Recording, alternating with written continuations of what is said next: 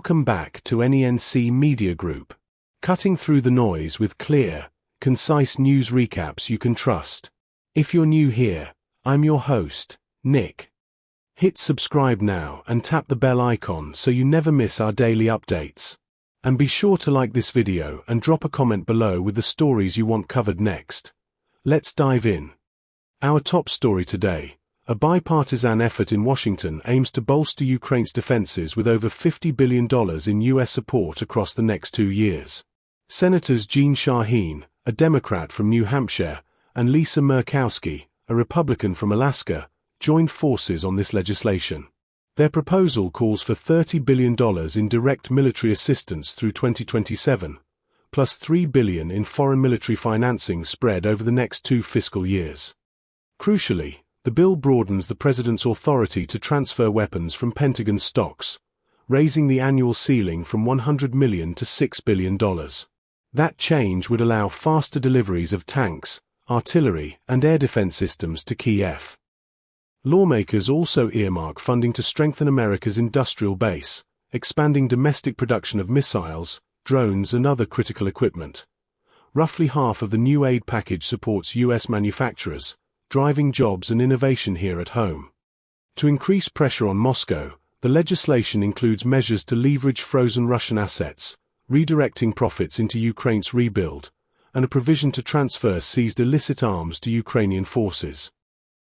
On the humanitarian side, $600 million will reinforce Ukrainian law enforcement and anti-corruption programs, plus $50 million more dedicated to prosecuting war crimes, ensuring accountability and reinforcing rule of law. And in a move toward long-term collaboration, lawmakers propose a trilateral drone initiative between the US, Ukraine, and Taiwan, a $1 billion fund for joint research, development, and production, aimed at capturing lessons learned on today's battlefield to shape tomorrow's technology. That's the scope of the Shaheen-Murkowski bill, designed to give President Biden additional tools to compel Russian President Vladimir Putin to the negotiating table. Coming up, a closer look at the broader U.S. defense budget and how it feeds into global security, and later we'll cover a major missile contract that underlines continuing U.S. support for Ukraine's aerial defenses. Stay with us for the second news segment. Welcome back. In our second segment, we turn to Congress's wider defense spending for 2026. Last week, the Senate Appropriations Committee unveiled its draft funding bill. It features $800 million for the Ukraine Security Initiative, $225 million added for bolstering Baltic allies, and $119 million set aside for other European security projects. Meanwhile, the full Senate has approved its defense budget, solidifying those figures.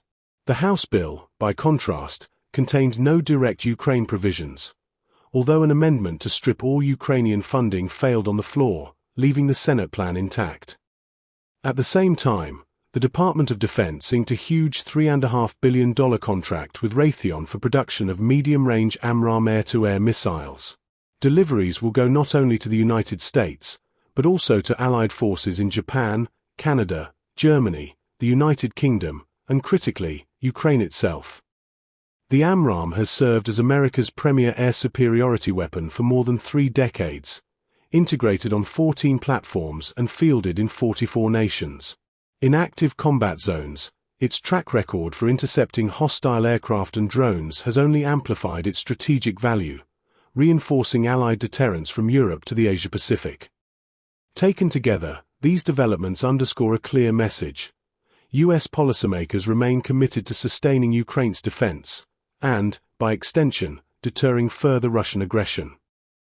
Before we wrap up, please remember to like this video if you found it helpful, subscribe if you haven't yet, and let us know in the comments which story resonated most with you today. Your feedback shapes our next recaps. Thanks for tuning in. We'll be right back here tomorrow with another full news recap. Now, up next is an exclusive clip from President Donald Trump recorded on July 31st with his latest interview remarks on the Ukraine-Russia war status. Stay tuned. Very serious question here. Russia today hit Kyiv with missiles and drones, more than 100 people, kids. I think it's Russia, I think it's disgusting what they're doing. I think it's disgusting. This is Biden's war. It's not my war. But I said if I get in, I'll try and get the thing stopped. But I think what Russia's doing is very sad. A lot of Russians are dying. You have a lot of Russians, more Russians are dying. But Russians are dying, Ukrainians are dying.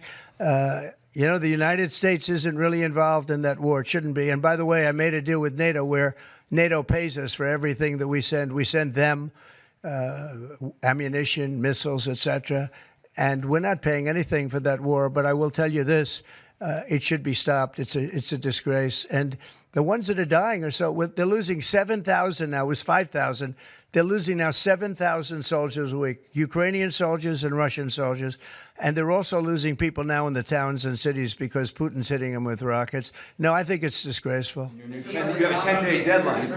You imposed a 10-day deadline. Yeah, we have about 8 days. Yeah, we're going to put sanctions. I don't know that sanctions bother him.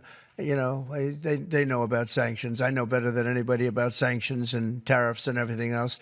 I don't know if that has any effect, but we're going to do it. Europe is extremely upset. But this is a war that should have never happened. This is a war that wouldn't have happened if I were president.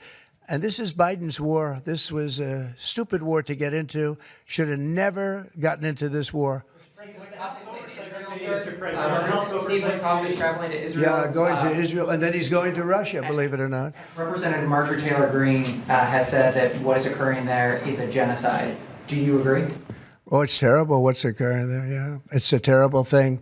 People are very hungry. You know, the United States gave $60 million for food, and it's a shame because nobody, you know, I don't see the results of it.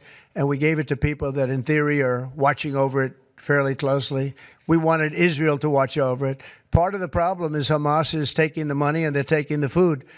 But we gave $60 million a couple of weeks ago. Nobody said anything about it. Nobody said thank you.